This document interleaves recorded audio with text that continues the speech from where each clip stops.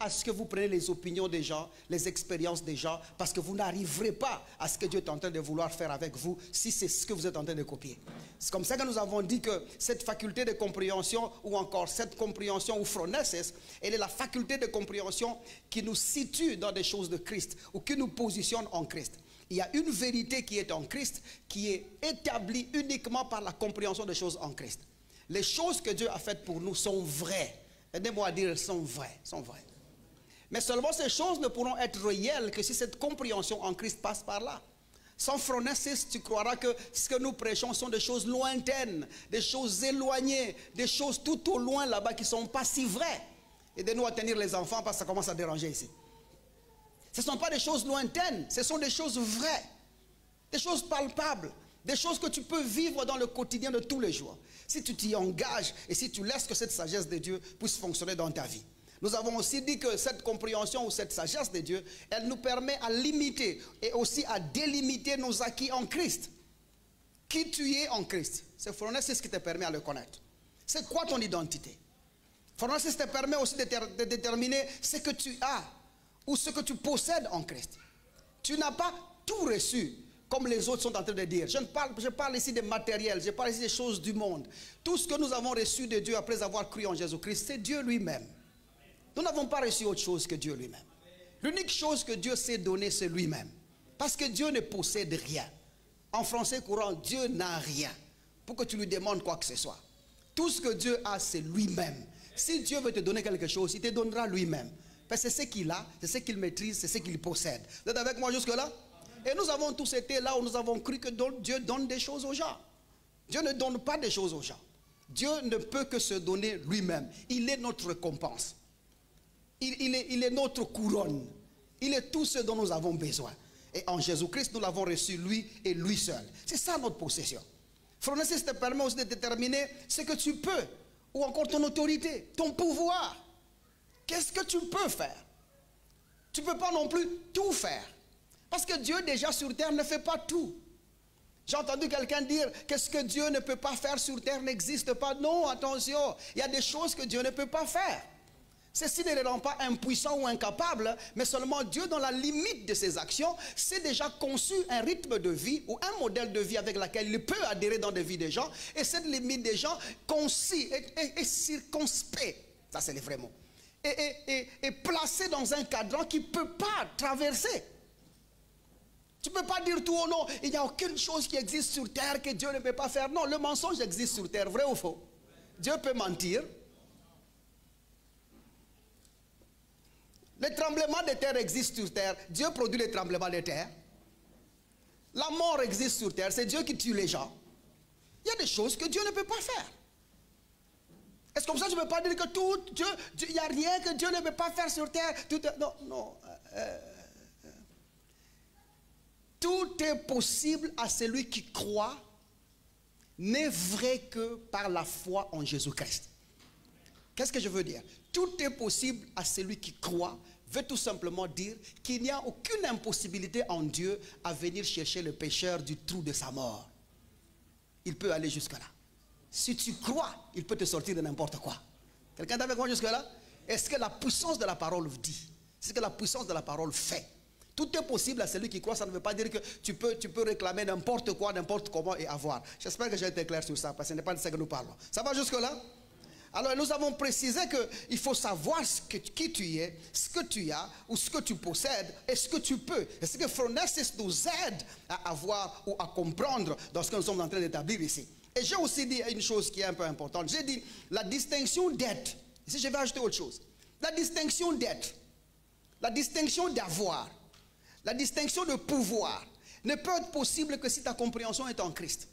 Ce que tu peux, ce que tu possèdes, ce que tu es, distinguer ces choses-là ne peut être possible que si la compréhension de ces choses-là, de l'être, du pouvoir et de possession est en Christ. Si ces choses ici ne sont pas définies en Christ, tu seras oisif. Tu croiras que les choses du monde t'appartiennent. Suis-je clair jusque-là?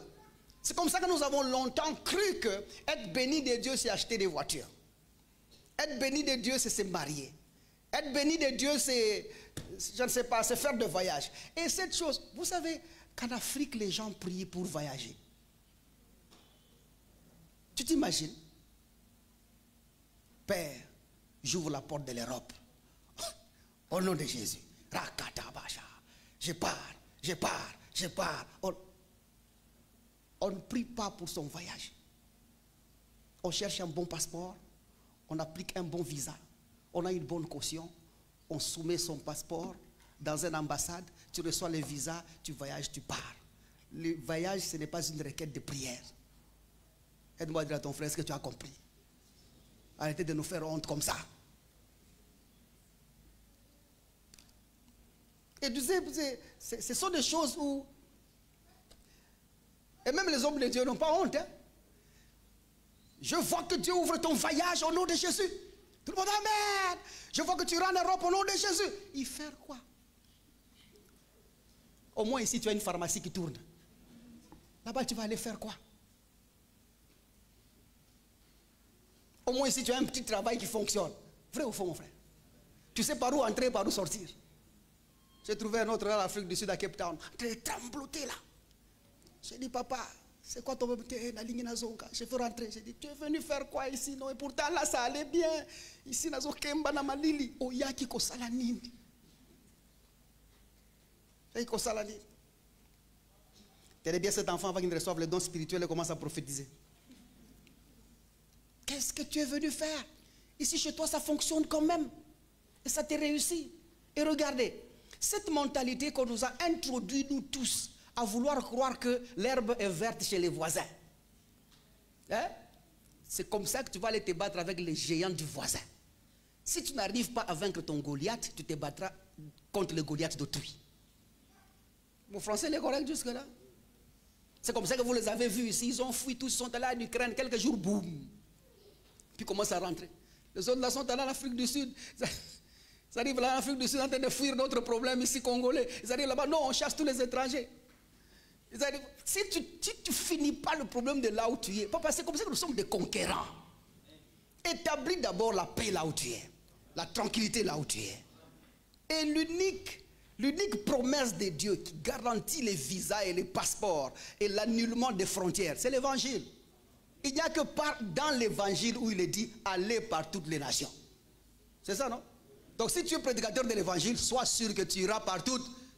Tu veux voyager, sois prédicateur. Tu veux aller loin, sois prédicateur. Je crois que ton amen sera un peu plus grand que ça. Tu veux voyager, fais quoi? Dans cette mission-là, et aller en toutes les nations. Si tu es prophète, tu restes sur place. Tu es pasteur, tu resteras sur place.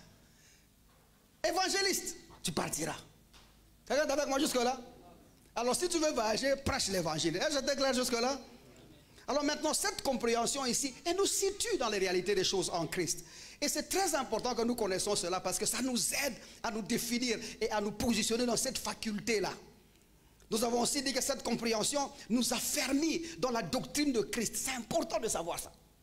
Si tu n'as pas la compréhension des choses en Christ, tu ne seras pas affermi. L'affermissement est en Christ. Et nous avons dit, c'est pour une perspective commune. Nous sommes affermis pour les mêmes choses. Pour le même but. Il n'y a pas ceux qui soient affermis pour faire quoi que ce soit. Nous sommes tous affermis pour régner et dominer dans le sphère de notre Père.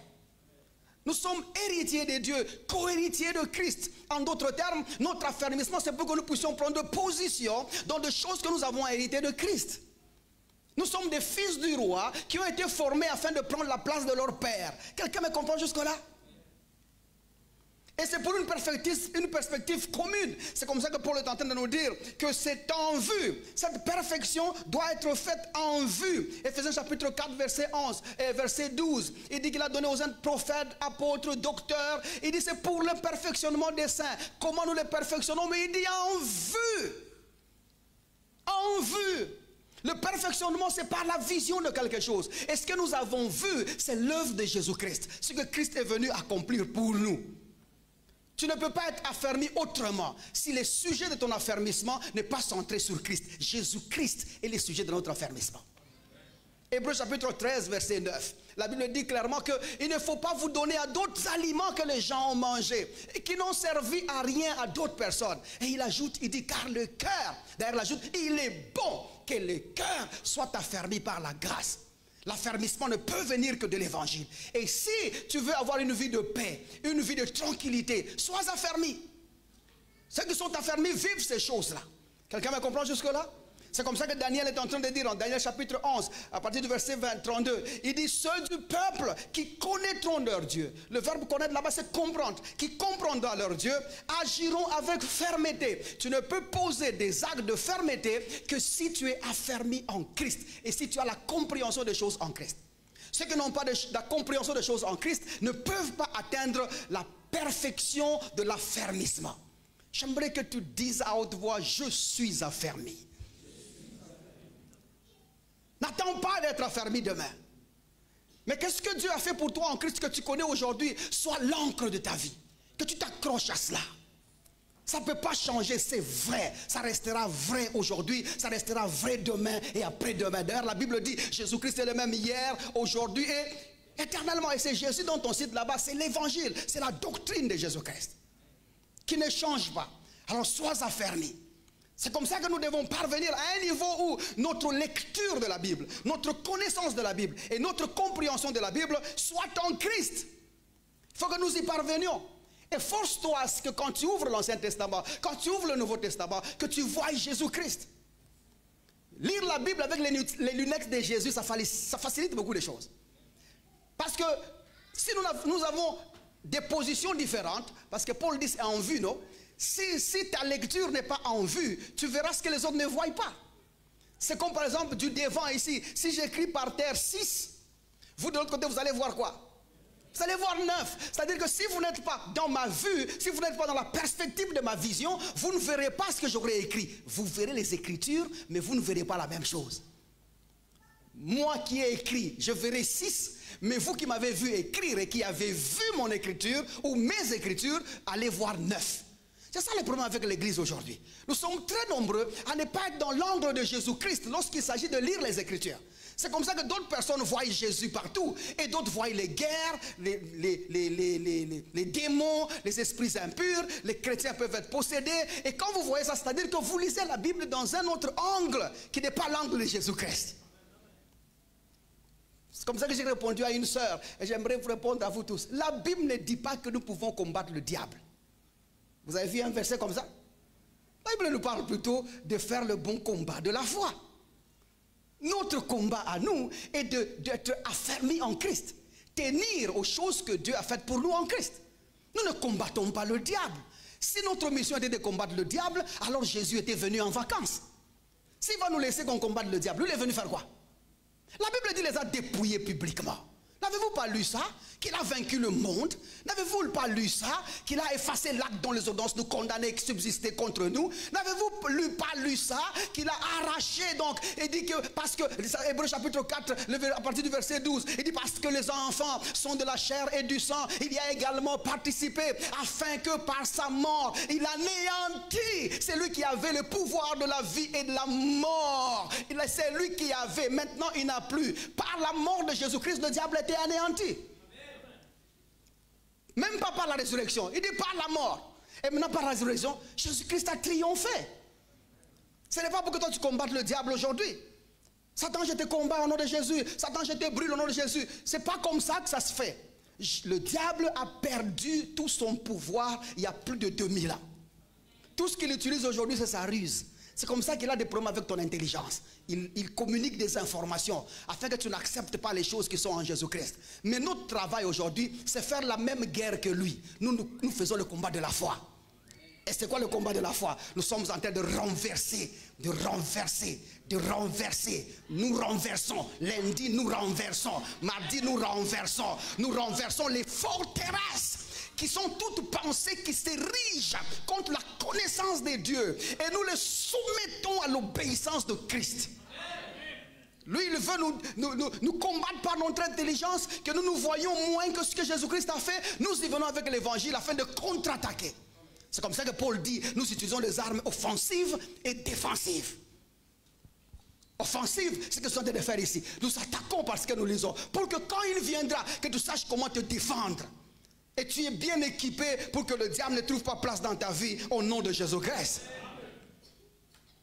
C'est à ça que nous devons parvenir. Parvenir à un niveau où nous lisons la même chose, où nous comprenons la même chose. Parce que si ce n'est pas comme ça, nous serons dans l'adversité. J'ai entendu un homme de Dieu donner des petits signes là. Et il dit clairement, il dit, je vais vous donner ici 4 choses qui font de vous un homme fort et un homme puissant. J'ai dit ça, je vais le dire ça à l'église. Parce que moi aussi j'avais entendu ça il y a longtemps. Il y a longtemps. Mais c'était faux déjà il y a longtemps. Même aujourd'hui, ça continue à être faux. Mais ça sonne vrai. Il dit, si vous voulez être un homme sage, il faut lire la Bible. Passez tout votre temps à lire la Bible. Vous serez sage. Ça sonne vrai. Mais est-ce que c'est vrai? C'est faux. La Bible dit, si quelqu'un d'entre vous désire la sagesse, qu'il demande. Et pourtant, quand on vous pointe à la Bible, lis la Bible, tu seras sage. Ça sonne bien. La sagesse doit commencer par quelque part. Et la sagesse dont on parle là-bas, c'est une personne. C'est la personne de Jésus-Christ. Si tu l'as, tu es sage. Tu ne l'as pas, tu es bourrique. Même si nous te laissons la Bible 24 heures sur 24, tu ne la comprendras pas.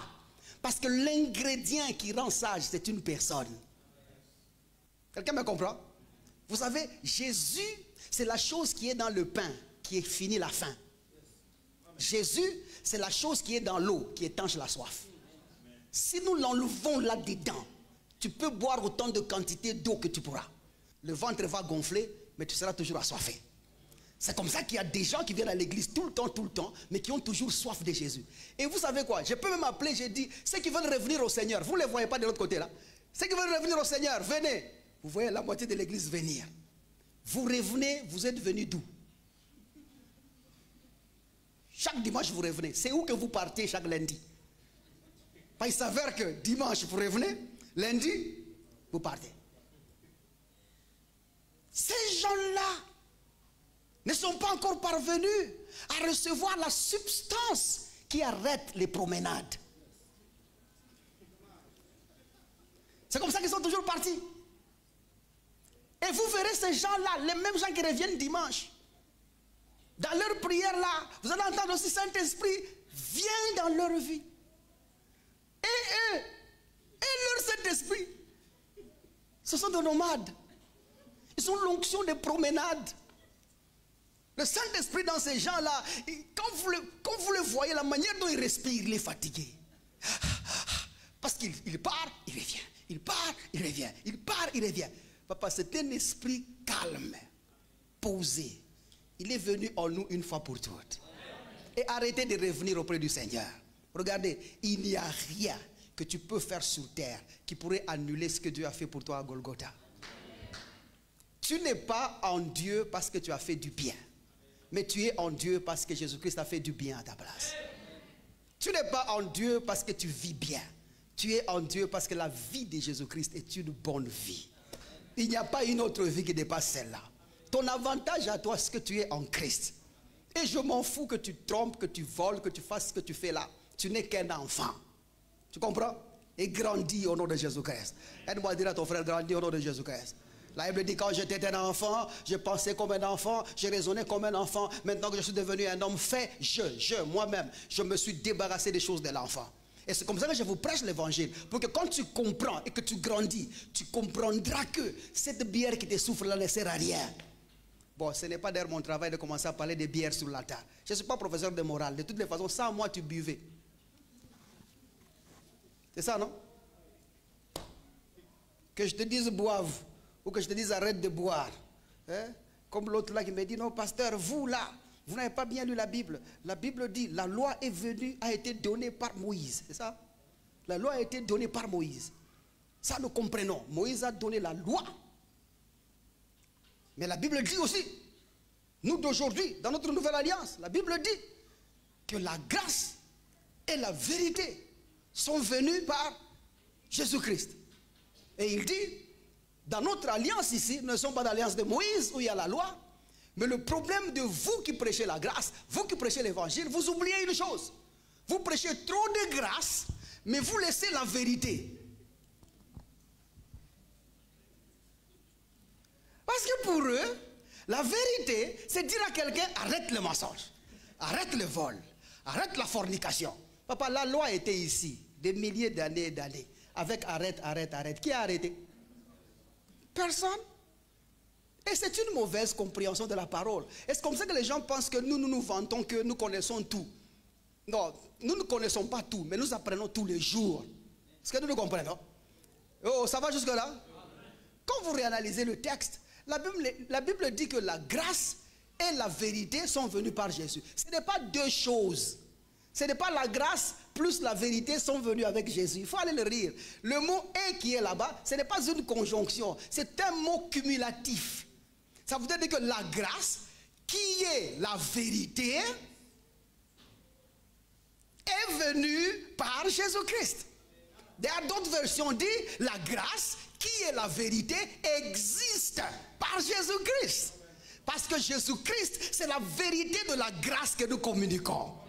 Il n'y a pas de grâce de Dieu dans l'absence de Jésus-Christ. C'est comme ça que nous avons contemplé cette vérité-là. Elle a percé notre compréhension. Est-ce que nous avons vu, nous avons reçu de lui grâce pour grâce. La vérité, c'est Jésus-Christ. Quelqu'un est avec moi jusque-là? Si vous êtes là, on dit amen et puis on avance. C'est comme ça que, prenons un peu Jacques chapitre 1er. C'est comme ça que j'ai donné cet exemple-là de ce frère qui dit que si tu veux être sage, étudie la Bible. Non, la Bible ne dit pas ça. La Bible dit si quelqu'un parmi vous désire la sagesse, qu'il demande. Il a même dit une autre chose là. Allons quand même à Jacques. Puis je vais lire ça pour clore cet endroit ici. Ça va jusque-là? Avant qu'on lise ça, c'est Jacques chapitre 1er verset 5. Mais on va y revenir tout à l'heure. Terminons d'abord ce que le frère l'a dit. Il dit, si tu veux être un homme fort, tu veux être un grand monsieur, tu veux réussir dans les choses de Dieu, si tu désires la sagesse, étudie la Bible. La deuxième chose, il dit, si tu veux être riche matériellement, tu veux être une grande personne forte, commence à donner aux autres. C'est vrai. Vous pensez quand vous donnez aux autres, là, vous serez riche? La richesse ne vient pas en donnant aux autres. La richesse, c'est en travaillant. Plus tu travailles, plus tu as des richesses. Et c'est comme ça que tu peux avoir de quoi donner aux autres. Mais ce n'est pas parce que tu donnes aux autres que tu deviendras riche. Et c'est comme ça que les gens pensent que tu peux arriver en cours de route, tu donnes les choses aux vagabonds, tu donnes aux pauvres qui sont là, les vraies sorcières. Tu les donnes, et puis tu crois que Dieu va te bénir en donnant aux gens, c'est comme ça que tu... Et puis si tu fonctionnes à ce niveau-là, tu es un enfant. Parce que la Bible dit, nous sommes comme notre Père qui est aux cieux, qui fait pleuvoir de sa pluie chez les bons et chez les méchants. Nous ne comptons pas chez qui nous donnons. Quand nous donnons, on n'espère même pas avoir quelque chose en retour. Je parle clairement jusque-là. Si tu penses, d'autres personnes disent non, il ne faut pas amener les offrandes dans l'église. Vaut mieux les donner dans une des. Parce que quand tu donnes aux pasteurs, les pasteurs mangent. Ce sont vos pasteurs-là que vous connaissez qui bouffent vos offrandes. Nous ici, on ne bouffe pas vos offrandes. Nous, quand tu donnes, ça va dans l'œuvre.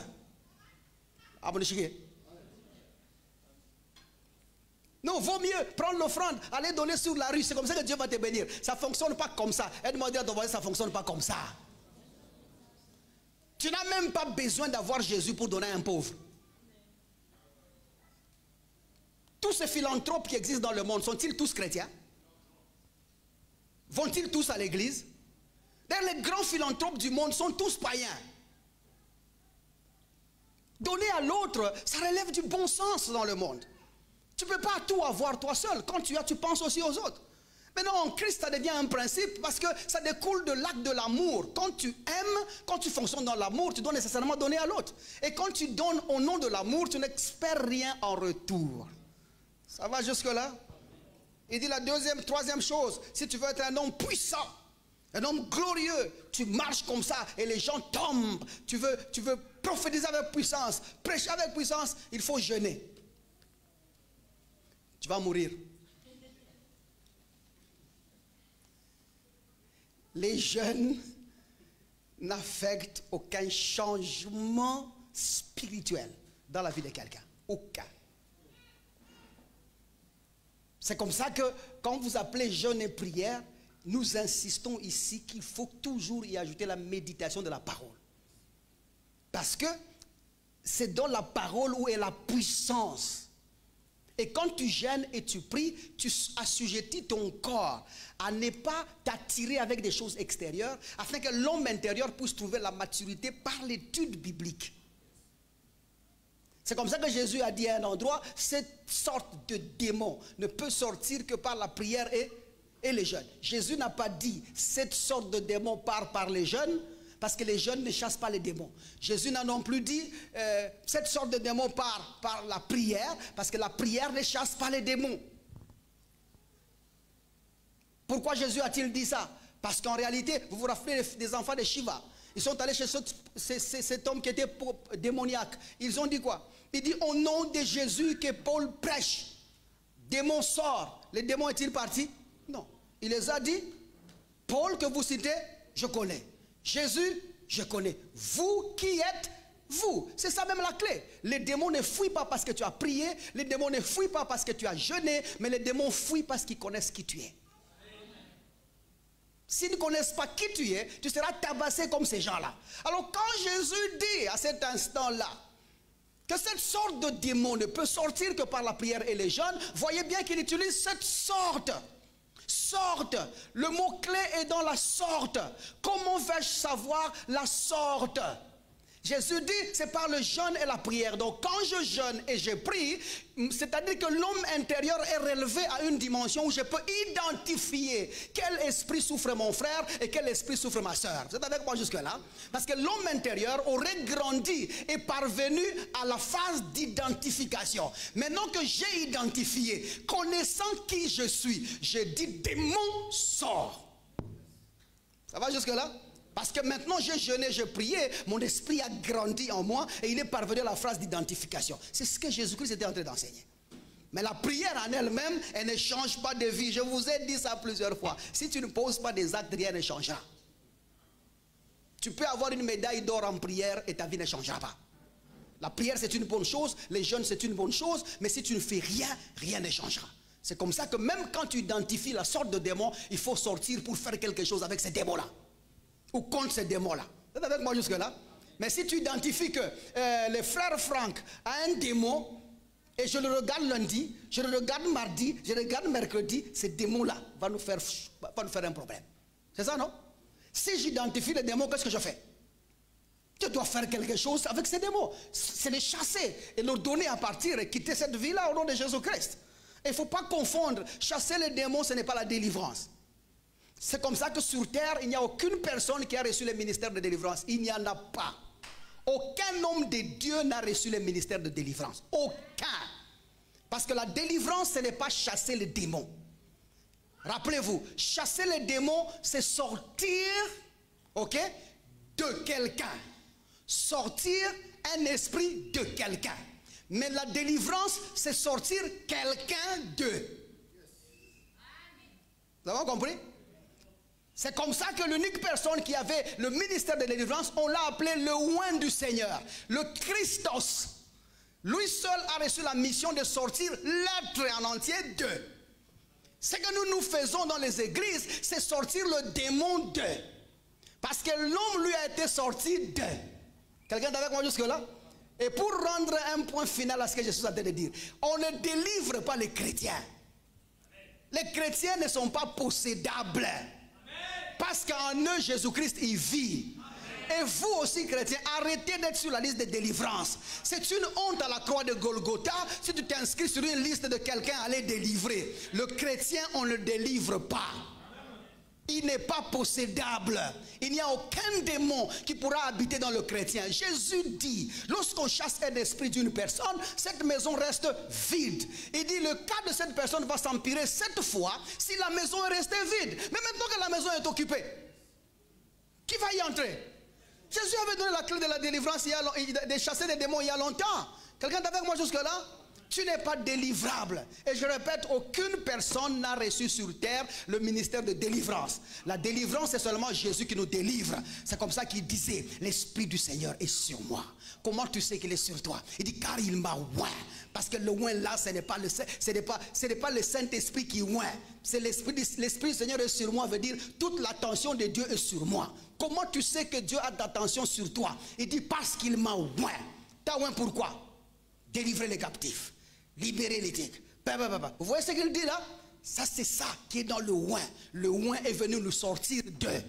Quelqu'un est avec moi jusque-là? Aide-moi à dire, il est venu nous sortir de. Et personne n'a reçu ce ministère de délivrance que lui. Lui, il l'a bien accompli. Donc, c'est-à-dire que tu ne deviens pas un grand homme, un homme sage en étudiant la Bible. Tu ne deviens pas un homme riche en donnant aux gens ou en faisant des dons aux gens. Tu ne deviens pas non plus un homme puissant en jeûnant. Moi aussi, j'avais cru ça avant. Et puis, il dit, si tu veux être une personne de forte présence de Dieu, de forte gloire de Dieu, il faut être quelqu'un qui prie. Ah bon? C'est vrai. C'est vrai. C'est vrai. Essaye. Essaye. La prière, elle est bonne. La prière, elle est bien. Mais ce n'est pas ça son but. La puissance de Dieu est manifestée dans la parole de Dieu.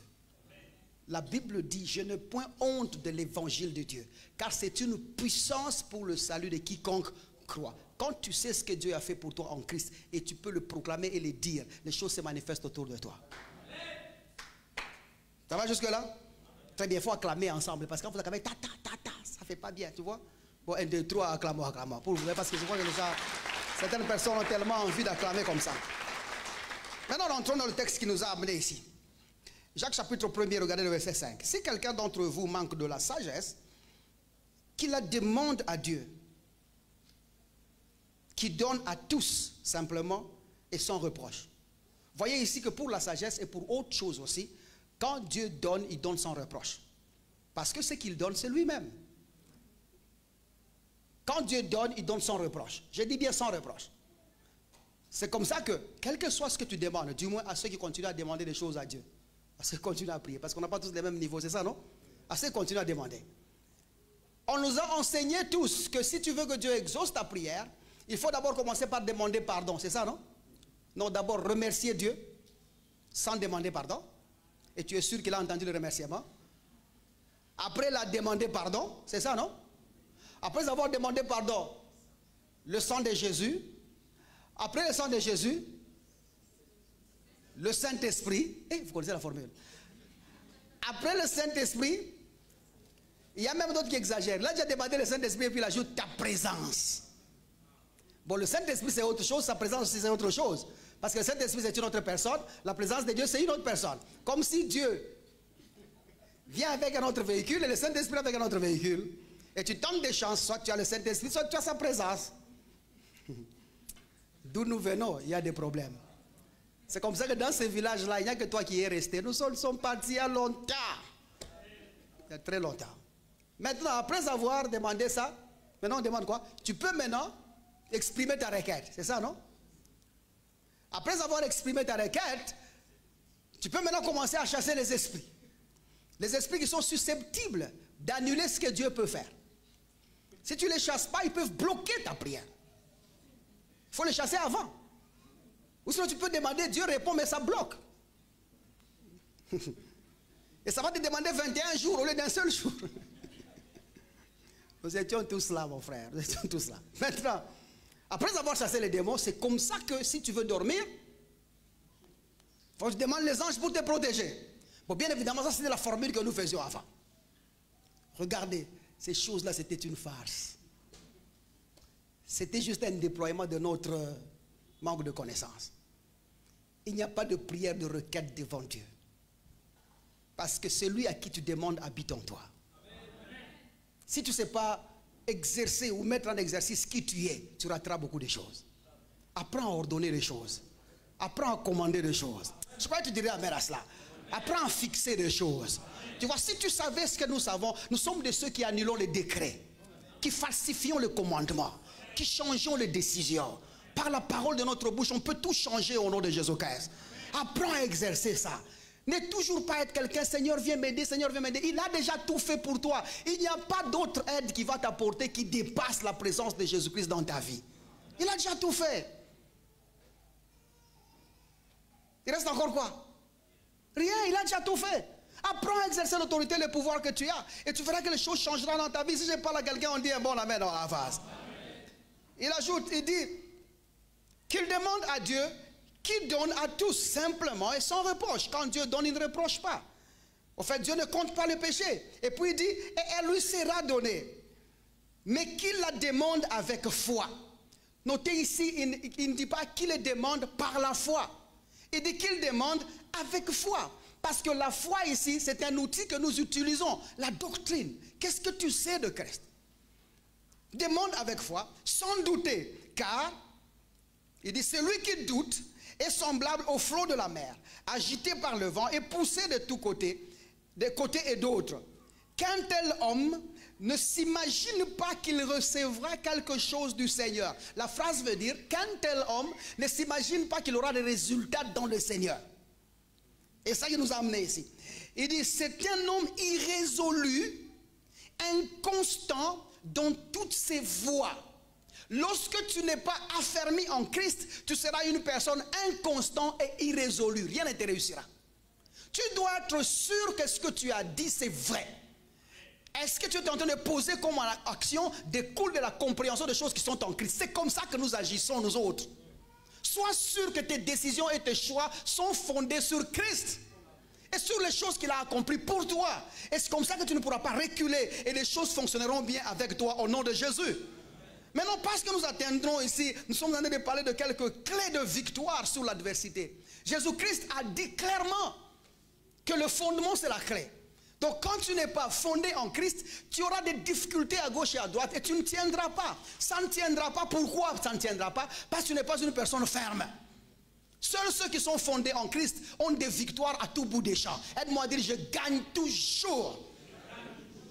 Gagne toujours. Jésus-Christ est en train de dire, parlant de fondement, il parle de deux maisons, Jésus-Christ, en Matthieu chapitre 7. Il dit clairement que la différence entre les deux maisons, quoique les mêmes problèmes sont arrivés sur les deux maisons, ce qui a fait la différence, c'est les fondements. Pierre lui dit clairement, résistez-lui le diable avec une foi ferme. C'est en 1 Pierre chapitre 5 verset 9. Avec une foi ferme. La doctrine qui est notre fondement. Nous résistons l'ennemi, nous résistons les dires de l'ennemi par une foi ferme. Paul aussi ajoute, je crois en 1 Corinthiens chapitre 10, à partir du verset 13, il dit quelque chose d'important. Il dit qu'aucune tentation ne vous est survenue qui soit humaine, mais après il dit, Dieu lui-même donnera, ou encore nous a donné un moyen d'en sortir. Et quand nous voyons le moyen d'en sortir, il dit, Dieu est fidèle. La fidélité de Dieu est le fait que Dieu tienne à sa parole. Donc c'est encore le fondement. Quelqu'un est avec moi jusque-là? Donc tu gagneras l'adversité seulement si tu connais sur quoi tu te tiens. Vous êtes avec moi jusque-là? C'est comme ça que Daniel dit, ceux du peuple qui agiront avec, qui connaîtront leur Dieu, qui comprendront leur Dieu, agiront avec fermeté. Si tu es ferme, c'est comme ça que tu gagneras dans toutes tes adversités au nom de Jésus-Christ. Paul est en train de dire en 1 Corinthiens chapitre 3, à partir du verset 10, vous allez lire ça à la maison, il est en train de dire qu'il a bâti l'église et qu'il a bâti sur le fondement. Et il a érigé un fondement. Et j'ai pris ça à cause du mot fondement qu'il a dit là. Parce que c'est le mot temilion ou temilios. Le fondement là-bas veut tout simplement dire la chose principale d'un système de vérité. La chose principale d'un système de vérité. Vous êtes là ce matin? J'aimerais vous entendre un peu plus fort. Vous êtes là ce matin? C'est quoi la chose principale dans notre système de vérité? Notre système de vérité, c'est la foi en Jésus-Christ. Quelle est la chose principale dans notre système de vérité? Jésus-Christ lui-même. Quelqu'un est avec moi jusque-là? Je reprends. Quelle est la chose principale dans notre système de vérité que nous avons? Jésus-Christ. C'est lui la chose principale là-dedans. Il n'y a pas autre chose. Et notre fondement, c'est Jésus-Christ lui-même. C'est comme ça que les disciples ont évolué en Éphésiens chapitre 2. À partir du verset 20 et 22, la Bible dit que vous avez été édifiés sur la foi des apôtres et des prophètes. C'est leur foi à eux. C'est sur ça que nous avons été édifiés. Et puis il ajoute, cette foi-là a Jésus-Christ comme principal de l'angle. Quelqu'un me comprend? L'angle principal dans leur foi, c'est Jésus-Christ. C'est-à-dire que nous aussi, quand nous sommes en train de marcher, notre système ou notre chose principale dans le système de vérité que nous avons doit rester Jésus-Christ. Psaume 119, à partir du verset 160, la Bible dit, le fondement est vérité. Parce que c'est une personne. Le fondement est vérité. C'est la personne de Jésus-Christ dont on parle là-bas. Est vérité, pas autre chose. Mais maintenant ici, j'aimerais un peu rapidement que nous puissions faire une petite analyse parce que ça va nous aider à ce que nous sommes en train de dire ces derniers temps ici et voir la suite. La question c'est comment donc Jésus-Christ est devenu la chose ou le sujet principal de notre système de vérité. Pourquoi est-ce que c'est lui? Pourquoi pas autre chose? Pourquoi si on ne sait pas voir autre chose mais Jésus-Christ seulement? Hébreux chapitre 5.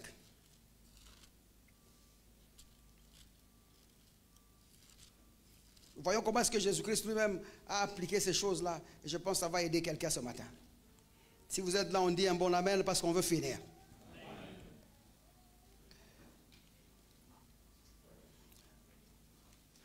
Phronesis, en réalité, nous permet de parvenir à l'instruction qui constitue notre fondement en Christ. Phronesis. Cette faculté de compréhension nous permet de parvenir à l'instruction qui constitue notre fondement en Christ. Et c'est ce que je veux voir de Jésus-Christ.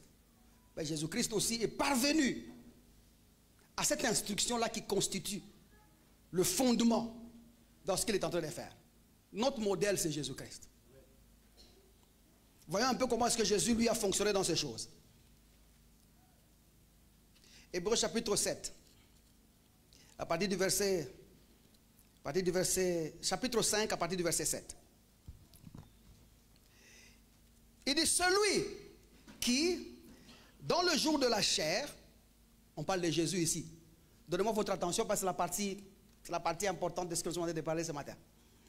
Celui qui, dans le jour de sa chair, on parle de Jésus-Christ sur terre.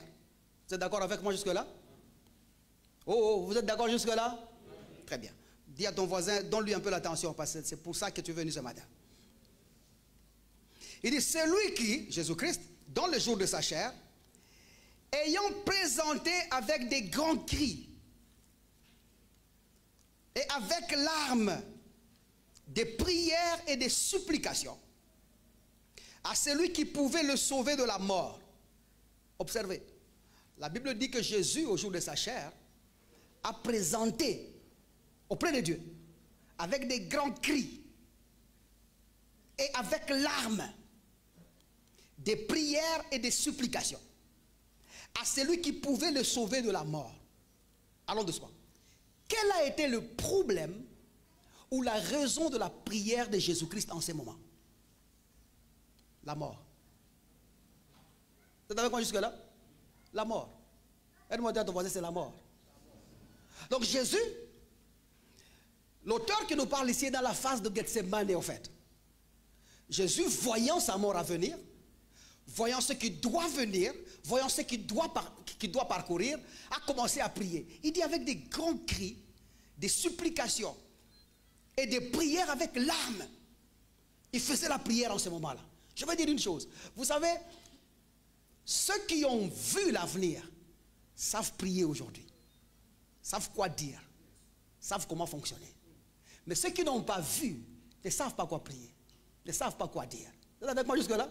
C'est comme ça que vous remarquerez, lorsque vous êtes dans la vie de prière, certaines personnes prient plus que les autres. Et d'autres se fatiguent plus. La différence, c'est ce que vous avez vu tout simplement. C'est comme ça que la Bible ne dit pas prier beaucoup. La Bible dit prier sans cesse. Parce que ceux qui ont compris ça, prient différemment. Prier sans cesse, c'est prier dans la conscience de la compréhension.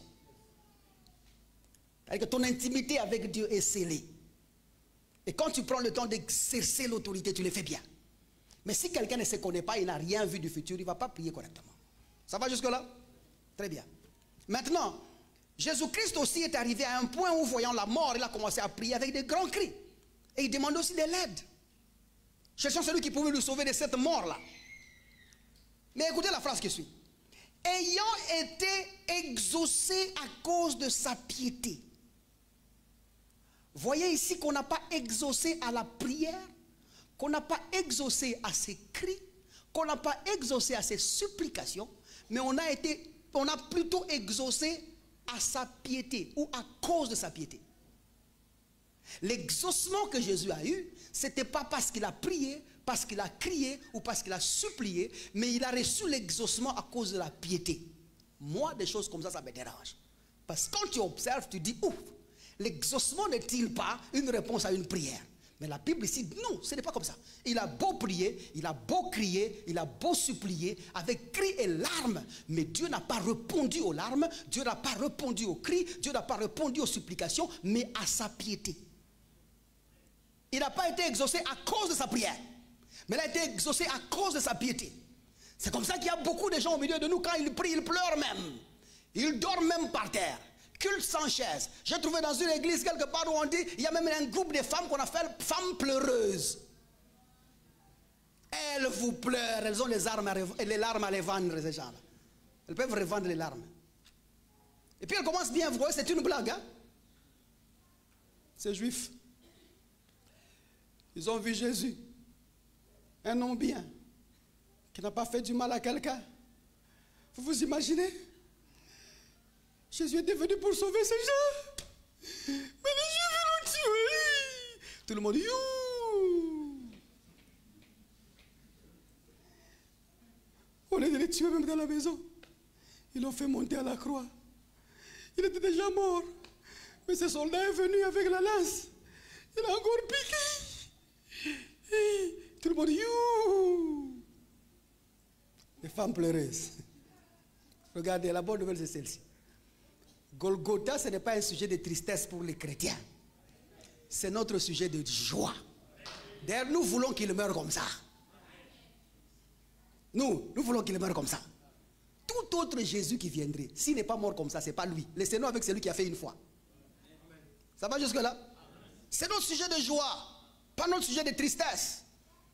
Entrons un peu dans notre exégèse qu'elles sont en train de faire ici. Il a beau pleurer, il a beau supplier, mais il n'a pas été répondu à cause de ça. Donc, le nombre de larmes que tu fais couler pendant que tu pries, ce n'est pas ça qui t'apportera de réponse. Le nombre de supplications que tu feras, ce n'est pas ça qui t'apportera de réponse. Ça, c'est une partie très importante que j'aborde ici. J'aimerais qu'on y aille doucement. Or, c'est ce qu'on nous a dit. C'est ce qu'on nous a tous montré. Mais la Bible est claire ici. Elle dit non, Jésus-Christ a été exaucé, non à cause de ses larmes, non à cause de ses supplications, mais à cause de sa piété. C'est quoi donc la piété dont on parle? Le mot grec traduit là-bas c'est eulobeia. E-U-L-A-B-E-I-A. Eulobeia. Le mot veut dire prudence. Le mot veut dire circonspection.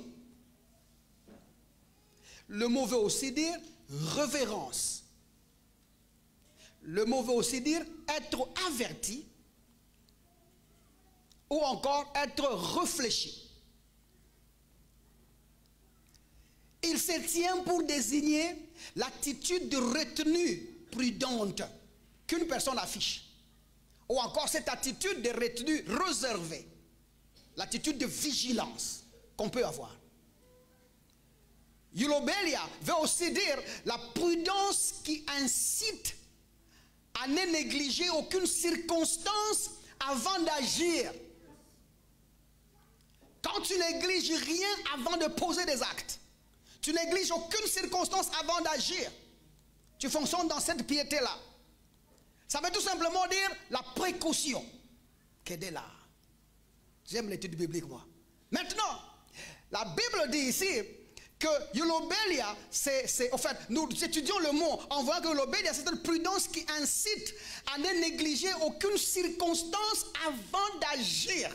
Donc quand Jésus était à Gethsemane, sachant qu'il allait passer par la mort, il dit, il a pris toutes les circonstances ensemble, il a réanalysé comment ça sera, il a vu sa vie à venir, il a vu comment il va entrer dans la mort avant d'agir. C'est comme ça qu'il disait, si c'est ma volonté, laissez passer à côté. Mais pas c'est ta volonté, je vais faire, j'accepte de la faire. Vous êtes avec moi jusque-là? Parce qu'à cet instant-là, il est en train de ne pas négliger aucune circonstance avant d'agir. Jésus n'est pas entré dans la mort comme si on le poussait. Il n'est pas entré dans la mort comme quelqu'un qu'on obligeait. Il avait le choix. Il a pris le temps de voir les circonstances. Il a pris le temps de voir où il allait. Au fait du lobby, il y avait tout simplement dire examiner aussi un projet avec circonspection ou agir avec prudence. Jésus a examiné le fait, le pour et le contre avant d'y parvenir. Maintenant, rentrons dans le texte. Il dit, il n'a pas été exaucé à cause de cris, de larmes, ni les supplications qu'il aurait faites à celui qui pouvait le sauver, de la mort. La Bible dit, il a été exaucé non à cause de tout ça, il a été exaucé à cause de sa piété. Voyez ici que l'exaucement est directement lié avec la prudence qui a incité Jésus à ne négliger aucune circonstance avant d'agir. Parce que l'exaucement est dans l'action. Ceux qui ont des bons résultats, ce ne sont pas ceux qui prient, mais c'est ceux qui agissent avec circonspection, avec prudence. Tu analyses d'abord avant la situation. Tu réexamines ta situation. Et c'est là qu'est l'exaucement. L'exaucement n'est pas dans Dieu viens m'aider. L'exaucement est dans le fait de parvenir à la compréhension analytique avant de faire un pas. Ceux qui ont agi comme ça ont été exaucés. En d'autres termes, Dieu a accompagné leur marche. Dieu a accompagné leur pas. La plupart des chrétiens tels que nous sommes là, nous agissons goulou goulou. Nous partons comme ça. Moi je pars, que ta volonté soit faite. La volonté de Dieu ne fonctionne pas comme ça. La volonté de Dieu c'est une fois pour toutes. Quand tu reçois Jésus-Christ comme Seigneur et Sauveur, tu as accompli la volonté de Dieu. Quelqu'un est avec moi jusque-là? Maintenant, beaucoup de chrétiens vont comme ça, sans réfléchir, sans analyser. Et pourtant, c'est là qu'il y a la réponse. C'est là qu'il y a l'exaucement. Si tu n'as pas agi ou été incité par cette prudence-là à ne négliger aucune circonstance avant d'agir, tu tomberas dans des erreurs. C'est comme ça qu'il y a un Français ou un Anglais qui avait dit, quand tu ne sais pas planifier pour ton futur, tu as planifié pour ton échec. Ne pas planifier pour son futur, c'est planifier pour son échec. L'exaucement est là. Aide-moi à dire à ton voisin, l'exaucement est là. Donc Jésus-Christ aussi, quoi qu'il a prié, mais l'exaucement est venu de sa piété. Du fait qu'il a analysé les situations. Il n'a pas négligé un seul aspect. Regardez la suite. Il dit, il a appris. Aidez-moi à dire, il a appris. C'est celui-là qui a analysé. C'est celui-là qui n'a négligé aucune circonstance avant d'agir. Celui-là, la Bible dit, il a appris quoi qu'il fût fils. Il a appris quoi qu'il fût fils. Parce que certaines personnes se disent, je suis déjà enfant de Dieu, je peux aller comme je veux. Tu vas échouer. Je suis enfant de Dieu, Dieu est avec moi, je réussirai toujours. Comme vous autres ici, des maîtres church, je gagne toujours, je réussis toujours. Mais quand il n'y a aucune circonscription avant, tu n'as rien analysé, sans négliger toutes les circonstances possibles, tu vas échouer et au nom de Jésus. Quelqu'un est avec moi jusque-là?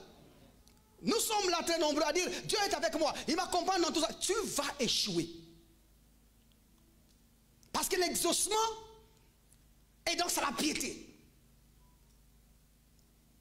Le fait de rester sur place, examiner un projet avec circonspection, avant de poser des actes, tu n'y vas pas par hasard. Alors lui, quoi qu'il fût fils de Dieu, c'est son fils. Il dit, il a appris. Et j'aime bien le verbe apprendre qui est là. C'est mantano, avec un T-H-A, mantano. Mantano qui veut dire être enseigné. Regardez, même lui, le fils de Dieu, a été enseigné. Mantano veut dire aussi accroître sa connaissance, développer une compréhension.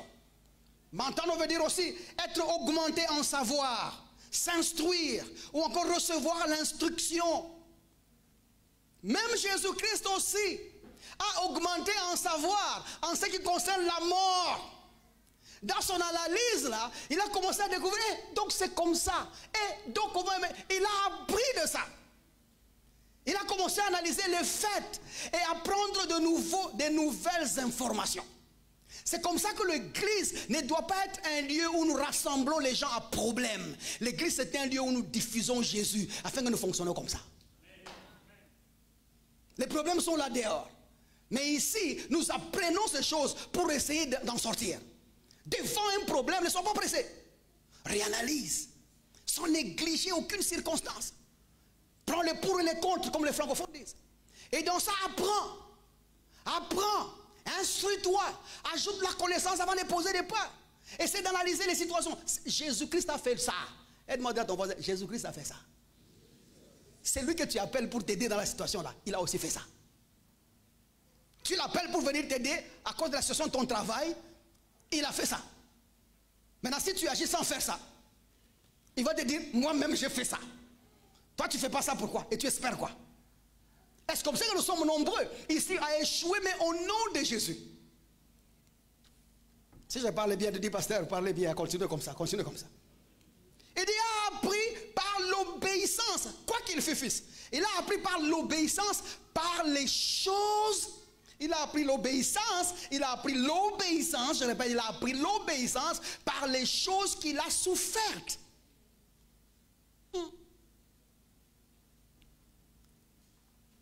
Il a analysé, il a agi avec prudence, il a appris, il a ajouté la connaissance.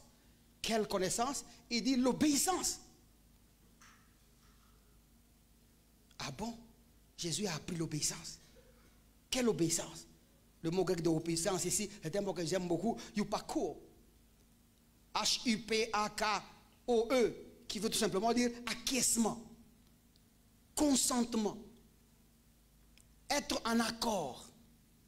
Donc Jésus, voyant sa mort à venir, il a appris comment la mort voudrait venir.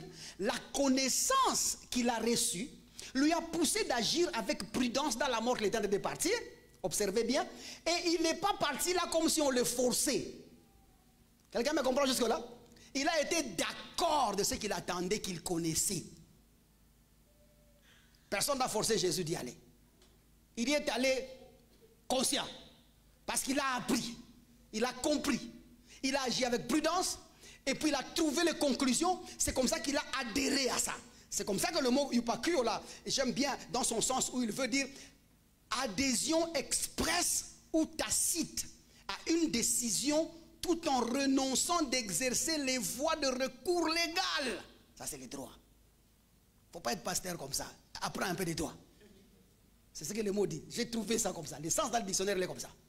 Yupakio veut dire adhésion expresse ou tacite à une décision tout en renonçant d'exercer les voies de recours légales. Donc, Jésus-Christ, avant d'aller à la croix et d'aller mourir, quoi qu'il appelait celui qui peut le sauver de la mort, Jésus-Christ a adhéré après avoir compris. Il a accepté lui-même à aller mourir, sans recourir aux voies légales pour annuler ça. Jésus pouvait dire, non, il est écrit, tu ne tueras pas. Et Dieu va dire, oui, c'est moi qui dis, non, tu ne tueras pas, papa. Je ne meurs pas aujourd'hui. Il pouvait recourir aux voies légales pour annuler son départ dans cette mort-là. Papa, il tourne à ses mains. Parce que les gens pensent seulement que Jésus est allé là-bas. Il est né au sacrifice. Il pouvait pas dire. Non, il a eu le temps de circonspecter les mots ici. D'analyser, d'étudier, d'apprendre. Et enfin, d'adhérer. Il a appris. Même dans les Écritures, il a vu que c'était de lui que ça parlait tout ce temps. Dans le gros du livre, il est question de lui. Il n'y a que lui qui doit mourir. Il a pesé le pour et le contre. Et il a adhéré à cette mort-là. Il a accepté le plan de Dieu. C'est comme ça qu'il dit. C'est que ça ne soit pas ma volonté, mais ta volonté. Parce qu'il faut qu'il adhère. Observons une chose. Il y a des choses que j'ai dit dans la définition. Une adhésion expresse ou tacite. Ce sont les mots juridiques. Express ou tacite. Express, c'est comment? Par exemple, vous êtes nommé aujourd'hui lieutenant-colonel. Mais devant vous, il y a un général 4 étoiles ou 5 étoiles. Normalement, on doit vous envoyer un document qui vous dit, face à cette autorité-là, voilà comment tu te comportes. Vrai ou faux? Mais vous remarquerez que lorsqu'on te nomme aujourd'hui, où tu passes de grade, de qui tu étais, à lieutenant-colonel, on ne t'enverra pas un document comme ça. Parce qu'en réalité, il considère que tu as à peu près une connaissance expresse. Les choses ont été fixées depuis comme ça, ils ont été fixées comme ça depuis longtemps. tu sais déjà que c'est normal pour un lieutenant-colonel de faire le lusako devant un général. Même si on ne t'envoie pas de lettres, tu sais que c'est express. C'est comme ça que ça doit être. Quelqu'un est avec moi jusque-là? Donc Jésus, dans ses études, lorsqu'il analysait son départ dans la mort, la chose qu'il a découvert, la chose express qu'il a découvert, que c'est comme ça que ça doit être. Vous êtes avec moi jusque-là? Dieu a quitté Dieu pour mourir. Je suis né pour mourir. C'est comme ça que ça doit être. C'est un contexte express. Tacite, vous avez déjà entendu ce mot tacite lorsque vous signez le contrat de bail par exemple. Un contrat de bail que tu as signé pour une année dans une maison avec un certain loyer et on a écrit dans le contrat, si vous voulez changer, il faut écrire au bailleur, ou si les bailleurs veulent changer, il faut qu'ils t'écrivent, ou il faut qu'ils viennent vous discuter, ça dépend de comment votre contrat est, discuter verbalement, ainsi de suite. Mais il s'avère que tu continues à payer ton $500 le mois, ton $1000 le mois de loyer, mais vous arrivez à la fin de l'année, il n'y a pas réunion. Vous ne vous réunissez pas pour discuter. Mais vous êtes déjà au mois de janvier de l'année prochaine et tu payes ton $500 ou ton $1000 et le bailleur n'en fait pas de problème. Qu'est-ce qui s'est passé avec le contrat? Il a été reconduit d'une manière tacite. Vous êtes avec moi jusque-là? On n'a pas besoin de s'asseoir pour améliorer quoi que ce soit. Mais maintenant, Jésus aussi, en adhérant à ça, quoi qu'il a vu les dangers dans la mort, quoi qu'il a vu les problèmes dans la mort, il y a adhéré parce que c'était écrit comme ça. C'est comme ça que ça devrait être. C'est comme ça qu'il dit en Hébreux chapitre 10, je crois le verset 7, il dit voici je viens. Car dans le rouleau du livre, il est question de moi. C'était écrit, on ne peut pas changer des choses comme ça. Mais regardez bien maintenant l'attitude de Jésus-Christ. Il a renoncé aux voies légales pour refuser la mort. Parce que cet homme avait appris, par ses souffrances, il a appris de ce qu'il devait souffrir, de sa mort. Il a appris des choses, ça a été écrit comme ça. Et c'est comme ça qu'il a acquiescé, qu'il a obéi. Parce qu'il avait appris ces choses-là. Mais de tout ça, il a agi avec circonspection, avec une prudence qui incite à ne négliger aucune circonstance avant d'agir. J'aime bien Jésus dans ce cas, lorsqu'il ressuscite. Regardez, il ressuscite, il ne part pas auprès du Père déjà. La Bible dit, il reste là. Les gens le confondent pour un jardinier. Les autres le confondent pour un ange. D'autres disent 2 anges. Pourquoi il ne part pas directement? Cette femme vient, elle veut l'embrasser, elle dit, ne me touche pas. Pourquoi ne touche pas-t-il? Parce que Jésus analysait toutes les circonstances. À cet instant-là, il était l'homme du jardin du début, qui devait se présenter devant cette femme, qui devait l'épouse de son épouse, la chair de sa chair, l'os de ses os. Vous êtes avec moi jusque-là?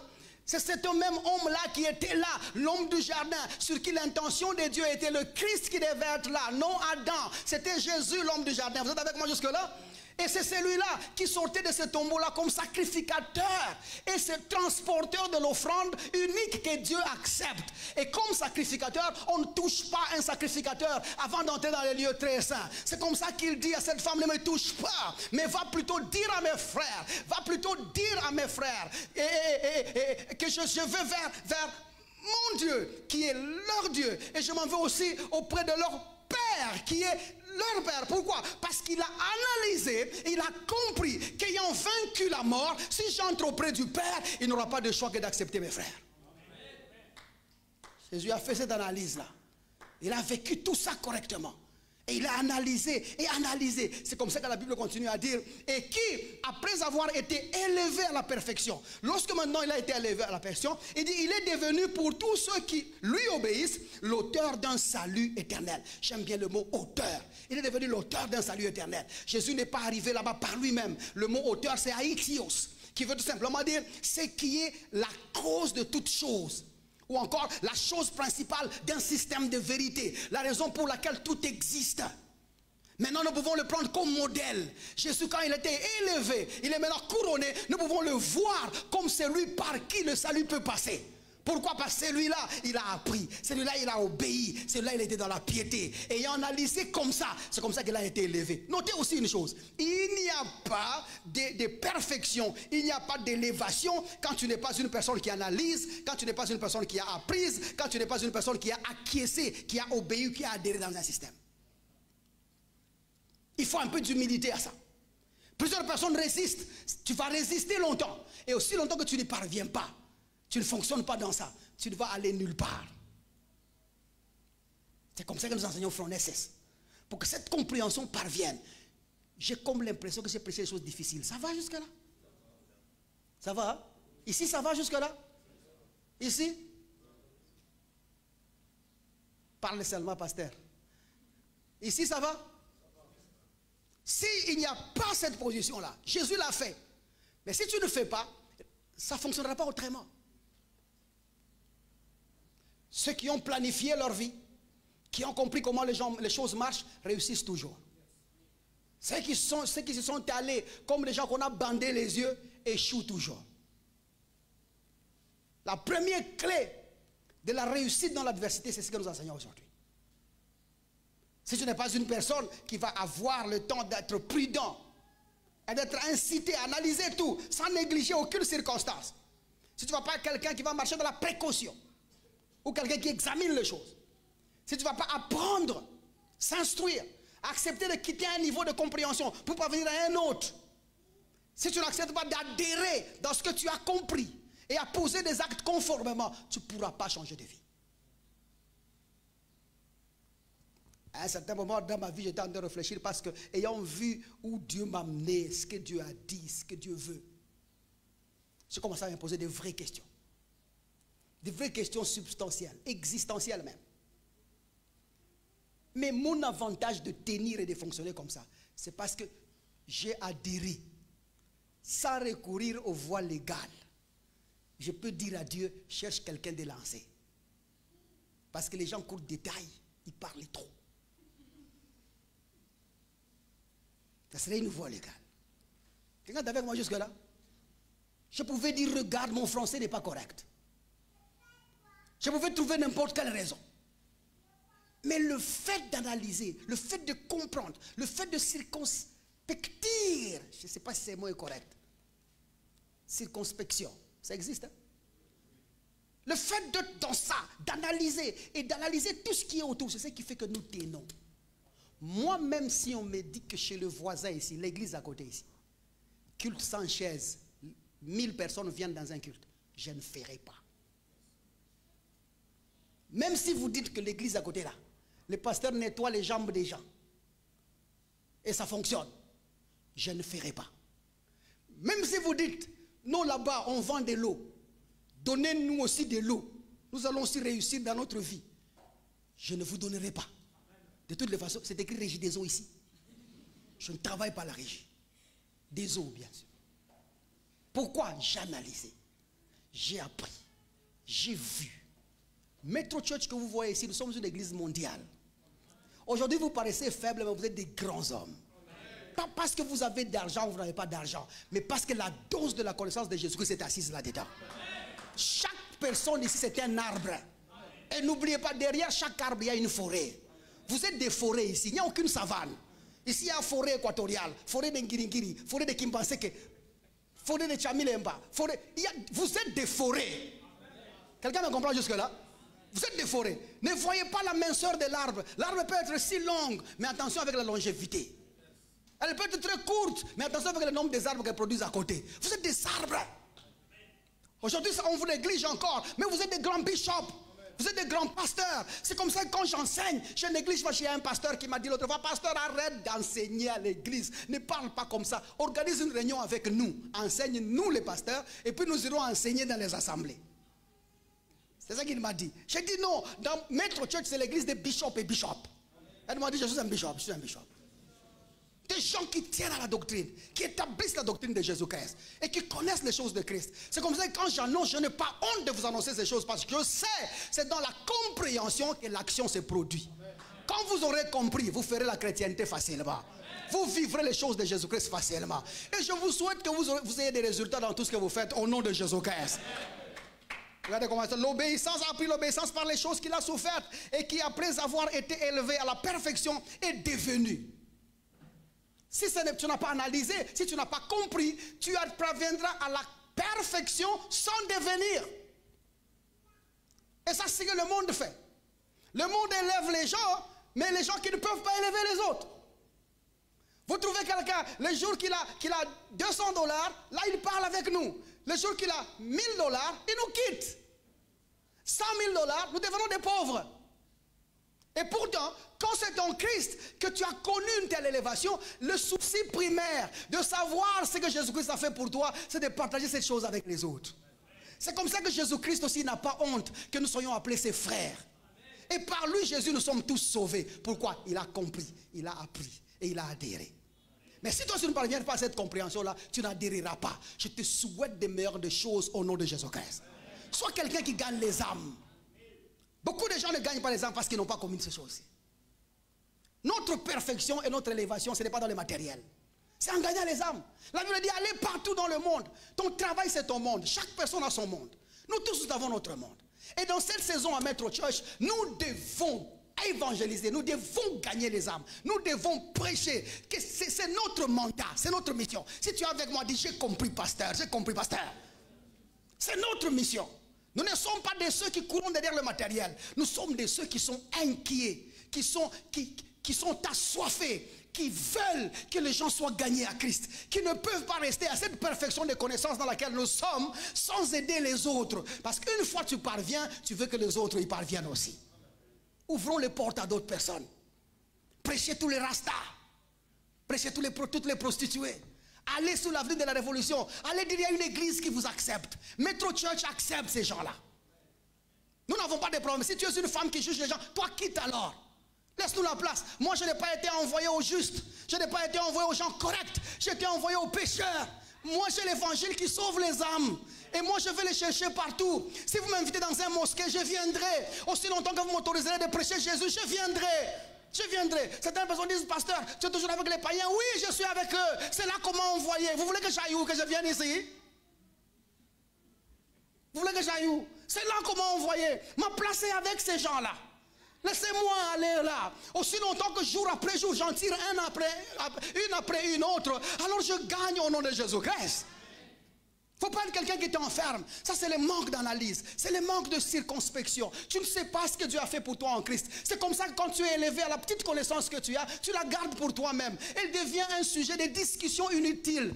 Un sujet de conversations inutiles qui ne convertit personne. Tu es là, toi, tu es Metro Church, en pleine discussion avec un branhamiste. Tu sais que tu ne sauras pas. Tu n'y arriveras pas. Ces gens-là avalent ces choses-là. Ils connaissent Branham comme Dieu. Ce ne sont pas tes amis. Il ne faut pas perdre le temps là-bas. Laisse-le dans leur justice. Va plutôt chez les païens. Gagne ces gens-là. Ils sont si nombreux que les branhamistes. Ils sont si nombreux que les témoins de Jéhovah. Ils sont si nombreux que les Mwakwidi.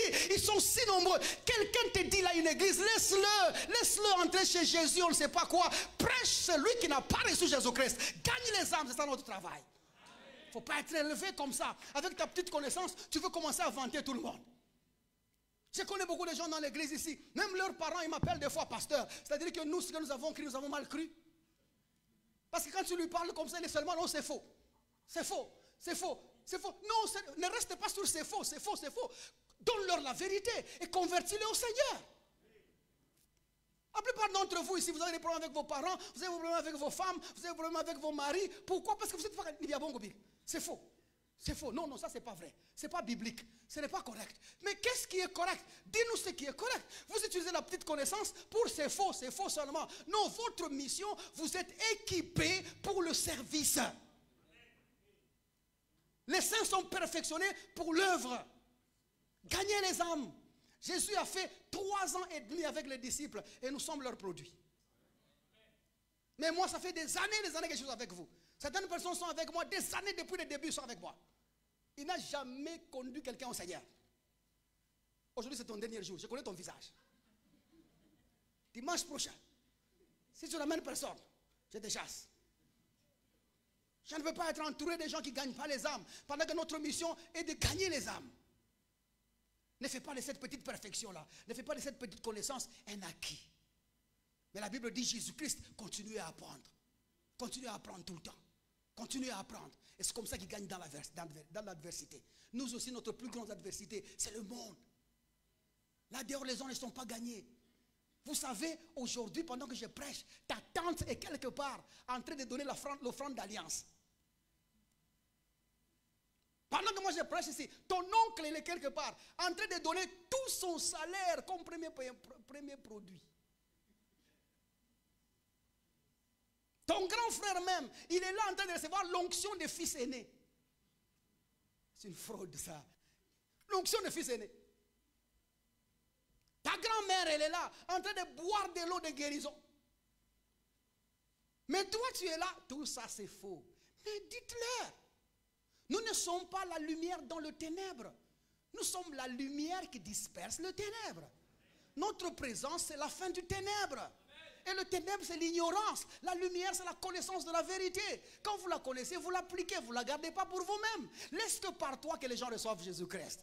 Que par toi, les gens viennent à l'église. Que par toi, les gens gagnent les âmes. Que par toi, que les choses changent au nom de Jésus-Christ. Ne te contente pas avec garder le peu là. Sois quelqu'un qui est sur le terrain. Je vous parle comme un homme de Dieu. Je vous parle ce que j'ai entendu du Seigneur.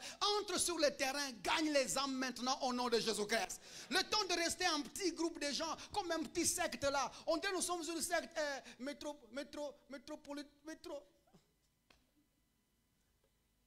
église métropolitaine des gens du quartier. Non, nous sommes une grande église. Et nous le sommes, vous le voyez, nous sommes une grande église. Mais notre mission, c'est être équipés. Nous avons été équipés pour gagner les autres. C'est comme ça dans notre devise, c'est transformer l'être. C'est ce que je fais tous les jours. Parce que si l'être est transformé, il peut changer la nation. Et après avoir changé la nation, nous pouvons gagner le monde pour Christ. Alors nous commençons petit à petit. Fais un pas vers un autre. Gagne les gens. Jésus l'a fait. Fais-le aussi au nom de Jésus-Christ. Si tu m'as compris, que Dieu te bénisse. Merci beaucoup.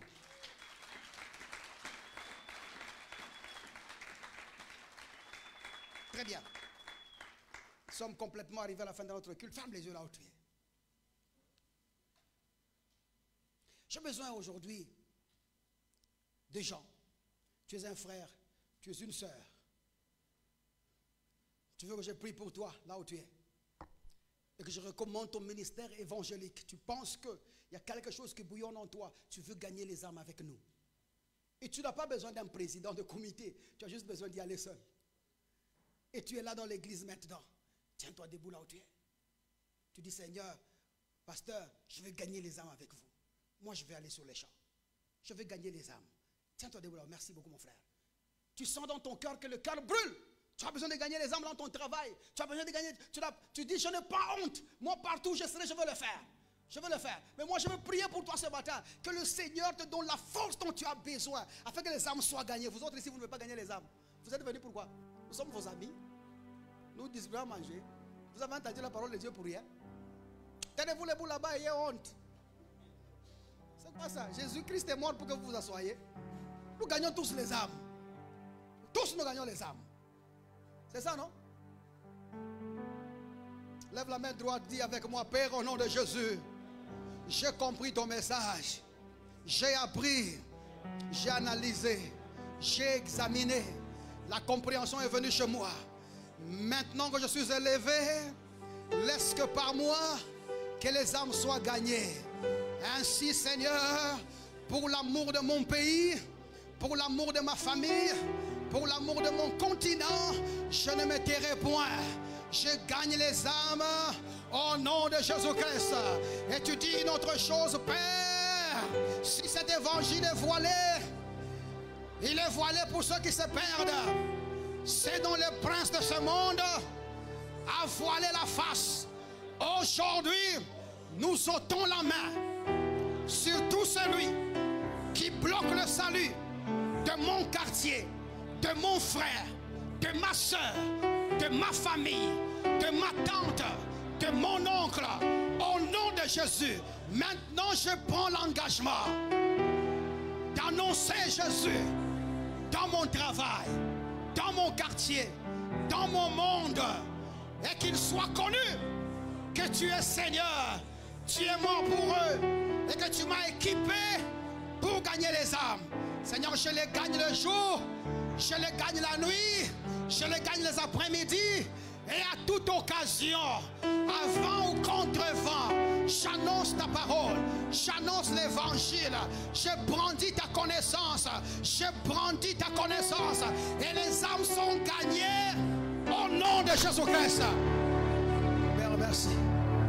Merci pour mon frère et ma soeur qui a pris l'engagement aujourd'hui et qui a adhéré dans cette mission comme tu l'as fait.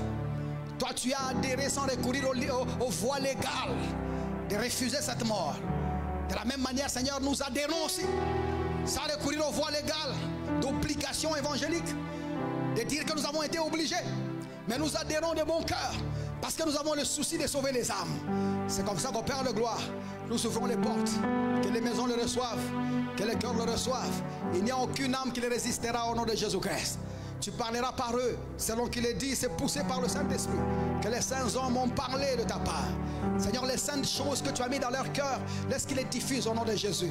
Et pendant qu'ils les feront, il y a la paix dans leur maison au nom de Jésus. Il y a la tranquillité dans leur maison au nom de Jésus. Il y a la guérison dans leur maison au nom de Jésus. Il y a l'avancée dans leur maison au nom de Jésus. Et tout ce dont ils ont besoin est déjà pourvu en Jésus-Christ. Merci pour ce que tu as fait et ce que tu as accompli pour nous. Au nom de Jésus, nous avons ainsi prié. Amen, amen. Veuillez vous asseoir. Merci beaucoup. Que Dieu vous bénisse. Si vous avez été là pour la toute première fois, tenez-vous debout. Comme ça, on vous accueille. Vous n'avez jamais été ici. C'est votre première fois. Levez juste la main quand je vois. Que Dieu vous bénisse, mon frère. Que Dieu vous bénisse, ma soeur. Ils sont nombreux. Vous pouvez vous tenir debout comme vous voyez. Tenez-vous juste debout comme vous voyez. C'est juste un petit exercice. Tenez-vous debout, convoi, tenez-vous debout, tenez-vous debout. Est-ce qu'on peut acclamer pour eux? Il y a aussi deux autres. Vous qui êtes plus près là, embrassez-le pour nous. Vous êtes plus près là, embrassez-le pour nous. Embrassez-le pour nous. Merci beaucoup, veuillez vous asseoir. Vous allez voir la sœur qui est ici. Là, lève la main. La sœur qui est ici. Elle va vous parler 2 minutes. Juste 2 minutes et puis vous allez partir. Nous sommes arrivés au temps des offrandes, mais avant de prendre les offrandes, j'aimerais demander à Gerda et Nan de se tenir debout comme ça, je vois. Gerda et Mike, tenez-vous comme ça, on voit. Ça a été fait. Tout donné. Sans problème.